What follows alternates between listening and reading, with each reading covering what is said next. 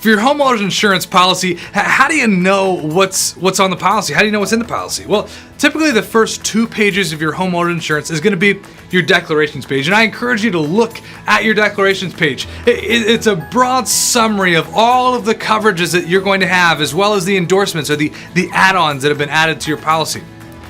The number one thing you're going to see there is your coverage A, or dwelling coverage. Now, that's the amount that's estimated to rebuild your house.